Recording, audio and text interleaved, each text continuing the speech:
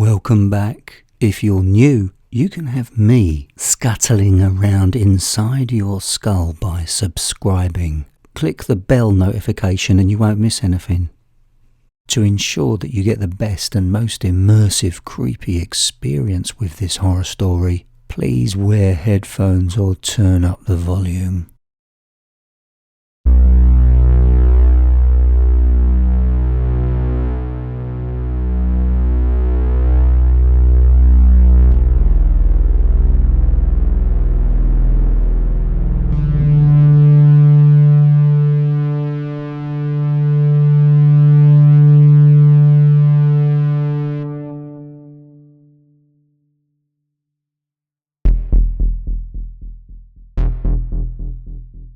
I promise you there was nothing to worry about swimming in that river. The owner told me the water was drinkable, the purest water in the province. When I was swimming in paradise and exploring deep under the clear water, my imagination scared me into believing that there was a medium-sized black eel on its way, moving very fast to get me. Not just any normal eel, but one with 3 human heads, with black eyes and sharp teeth. I imagined it suddenly appearing close to my face, making me scream and shock choke underwater. I assure you, my experience in the rustic log cabin with my mother and brother wasn't to do with the cabin being haunted or home to human flesh-hunting demons. My holiday location was honestly paradise. There was nothing as beautiful as this place back home. But I soon experienced the hidden illicit side of paradise. I remember when we arrived, the owner said, "Be careful not to lose your footing getting into the river. There's many rocks." The river had 3 cabins, all spacious enough for a small family, all very close to the water's edge. Our neighbouring cabin was occupied with a mother and daughter.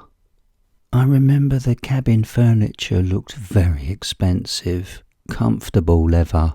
I also remember Mum picking up a few empty cans underneath our holiday cabin. She presumed they were abandoned by the previous guests. And what briefly freaked me out at the time was when she showed me the beer cans were full of toenail clippings. My brain was on holiday mode, so that creep factor quickly left my mind. I remember the foul smell of the septic holding tanks next to our cabin. The waste needed emptying. The smell made it unbearable for Mum to barbecue, which was a real shame. The second time I noticed the owner was a weird picture to witness. He was sitting down close to our cabin on a double wooden chair, cutting this older woman's toenails by the bank of the river. I later found out the woman was his mother. I remember the cabin's owner staring at me when I walked into the river to swim. He would watch me return from the still mirror-like water. I thought at first he played for the other team, and afterwards I realised he was staring at my feet. He had a disapproving look on his face. His mood changed from his friendly welcome when we first arrived. I remember I was curious when I heard dogs barking. Their echoing rage from the single home downriver sounded very creepy. My brother at the time told me not to worry. His name was Tommy. Yeah, I said was. He didn't make it. Here he is steering this boat. It's the last time I saw him.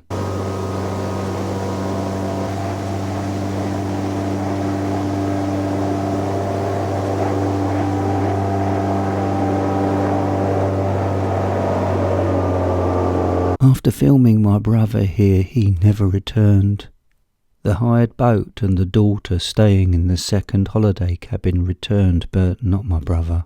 Detectives and child psychiatrists could not get the young girl to tell them what happened to Tommy. Someone obviously told her something so disturbing that traumatised her from saying anything. After me and Mum returned to the UK, I posted a letter to some Canadian newspapers about our horrific experience. My heartfelt letter was published, and oh yeah, I slagged off this Uncle Daddy. I wanted to flush him out into the open. You see, I just knew the authorities and police were way off his scent. Me and Mum fortunately survived, but unfortunately due to the trauma of what I went through, losing my brother and supporting my mother throughout the grieving process, my days have been full of fear. Medication has taken some of the edge off, so thankfully over the past couple of months, my recovery has made so much progress I almost feel normal again.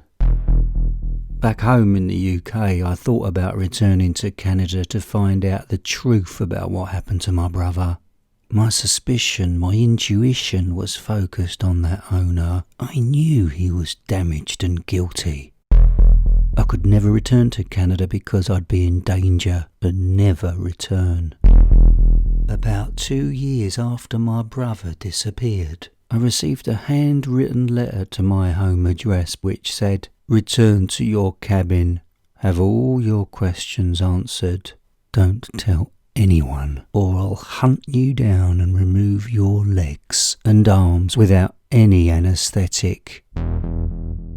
Of course he knew where we lived. Mum booked a holiday with him. I should have ignored the insidious invitation, but curiosity suffocated me. I didn't tell Mum. I returned to Canada to stay in what briefly was my dream destination. When I arrived, I couldn't stop shaking and wanting to vomit. I expected to meet Uncle Daddy face to face. I met the new owner. She told me Uncle Daddy and his mother had long gone. She, with her partner, just started to manage the place now, and after greeting me, they left to go on vacation. By the way, this was the actual cabin Uncle Daddy lived in with his mother.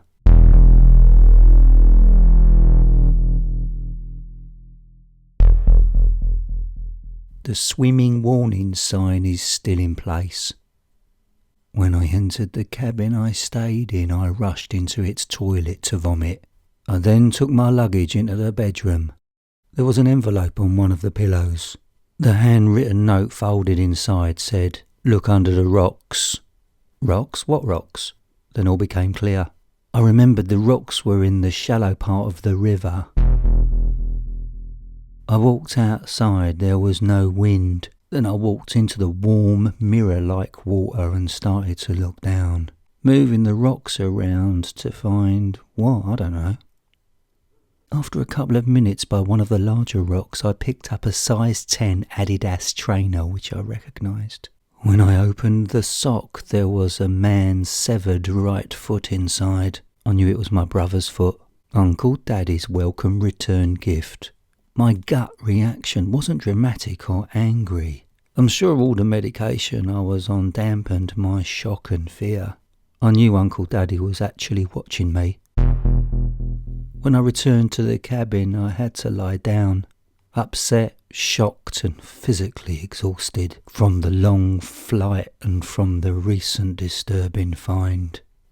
If I got through this alive, I knew the first thing I must do is to see my doctor to up my medication dose.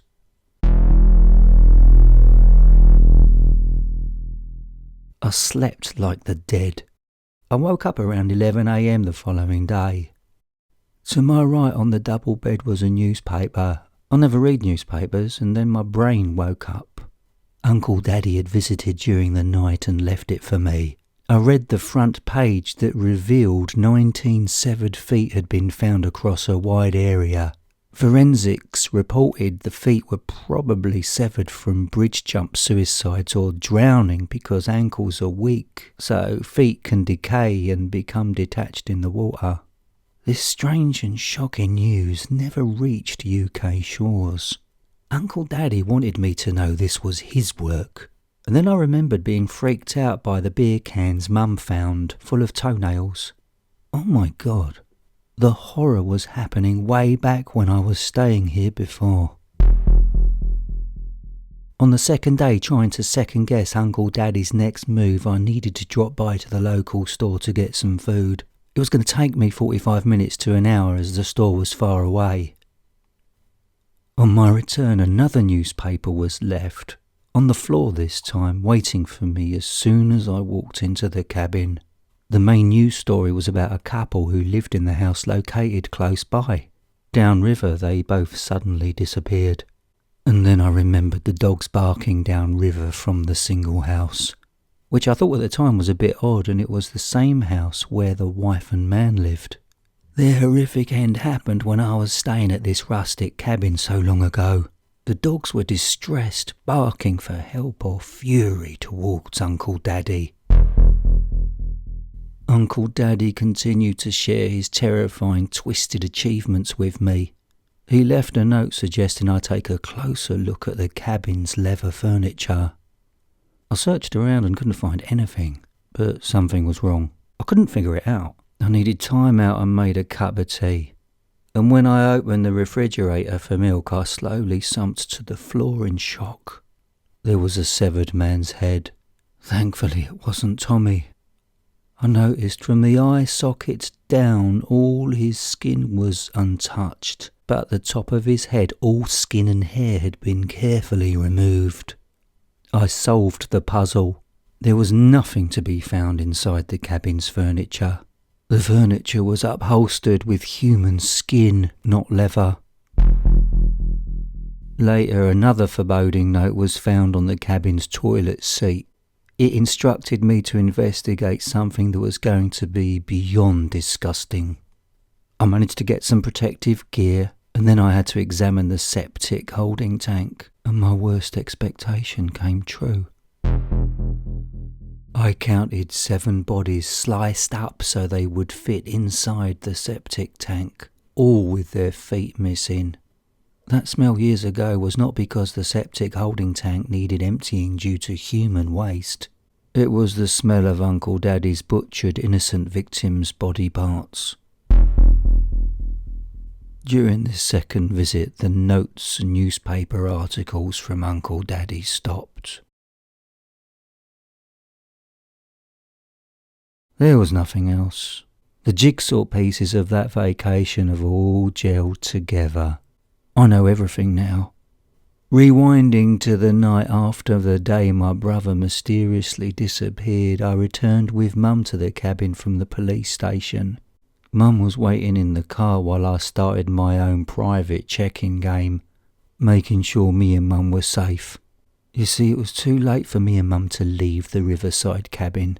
We had to wait until the next day, and for some reason I started filming this. At the time, a voice in my head told me to. This was the moment I captured on film Uncle Daddy coming to get me.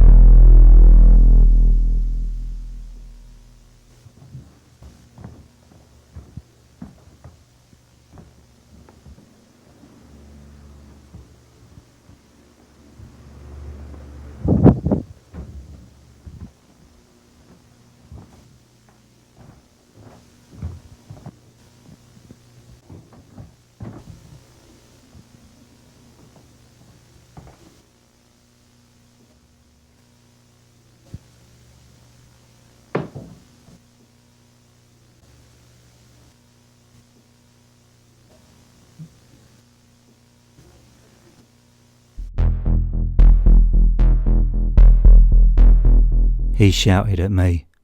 All I can remember is that he criticised my feet. He didn't like my toes. I now understand he was furious because he couldn't kill me because he needed my feet to be to his beautiful twisted standard. He let me go.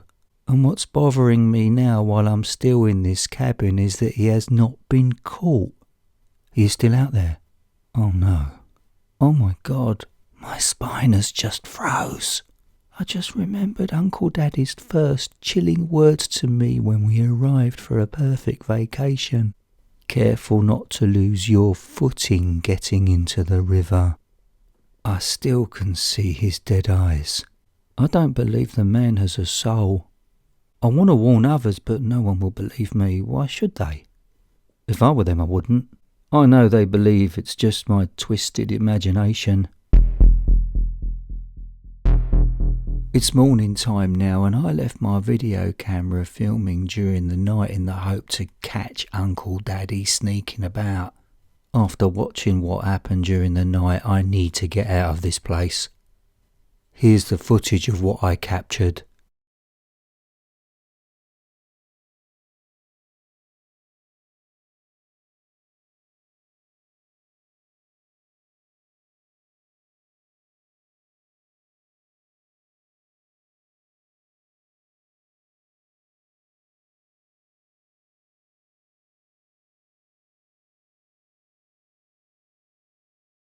You can see me now, can't you, son? I got a little surprise for you. You believe I'm a strange man. But son, when there's nothing much to do in this town, and there's so much land, not many folks around, the mind can give you dangerous thoughts. You already know in my friendly little community, I'm known as Uncle Daddy. You know, I used to be pretty popular with single moms. Buy toys when their kids over. After I sold the cabins and land, I decided to get the hell out of Dodge. No one's seen me for months. Frankly, I didn't want them to. I decided to just pack up and leave. Guess what though? Found this simple little town. Nice funeral parlor, right next to a flower shop, graveyard across the street. Practically begging people to go there and die. And right next to that, a place for seniors. I've been over there a couple of times. It ain't my fault, you know. I mean, they may as well put up a sign. Come here to die.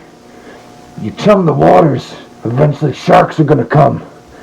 Come to die in this town, 'cause your body ain't got far to be buried. Pretty easy hunting ground. I did dig me up a couple of graves, kinda lucky dip I guess. Found myself a couple of beautiful feet. I was in and out of that residential seniors home half a dozen times, cutting and a killing. And I got some serious good old feet to freeze. But nobody knows about my secret life. Except for you, of course. I remember when you showed up here with your mother and brother. I could tell you had a dangerous mind. You were different. You were curious, I guess. I could tell you were terrified. But there was something different. Got balls of steel, son. I understand the trauma you and your mom went through. I'm not sorry. You're watching this right now and you're wondering, when am I gonna stop killing innocent people? Well, no one's innocent, son. Including you. Ma had a beautiful singing voice. These boots are made for walking. That's just what they'll do. One of these days, these boots are gonna walk all over you. Ma had beautiful feet. God rest her soul. You know, sometimes I think I'll never find a pair of feet as beautiful as Ma's was. Guess I'm just searching for the perfect pair of feet. I know you're scared, but you got nothing to worry about. Since I killed your brother, I mean, I got morals. I ain't gonna kill you and your mama too, so you're both safe. I saw what you posted about me, Uncle Daddy. Me! I'm Uncle Daddy! I let you go 'cause you got some ugly feet. That's the only reason you got away. I let you go. That was my decision.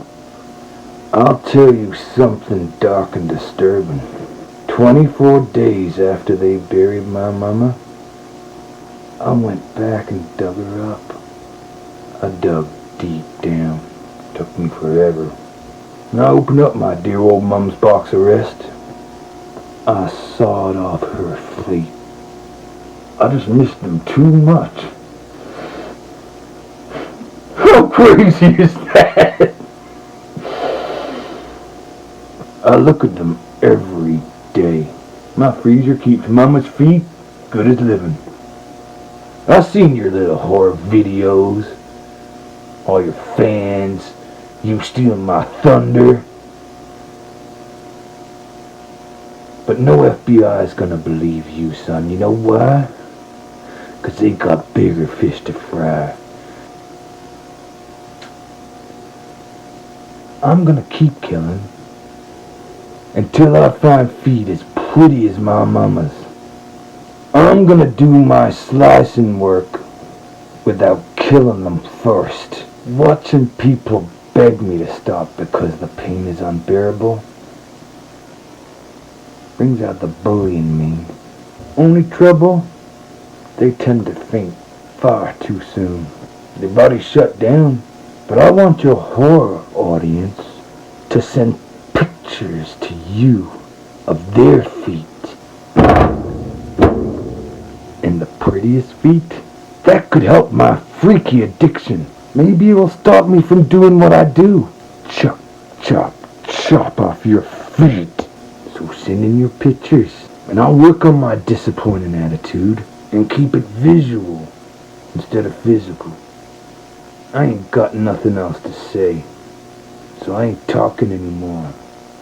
You better leave now, son.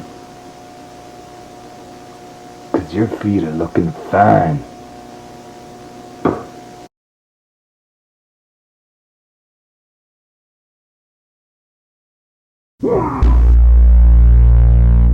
If you see this man staring at your feet, it's highly likely he is Uncle Daddy. And if he likes your feet, he will not stop until he removes them from your body. Just pray and hope he murders you well before he starts sawing into your ankles, cutting off your pretty feet.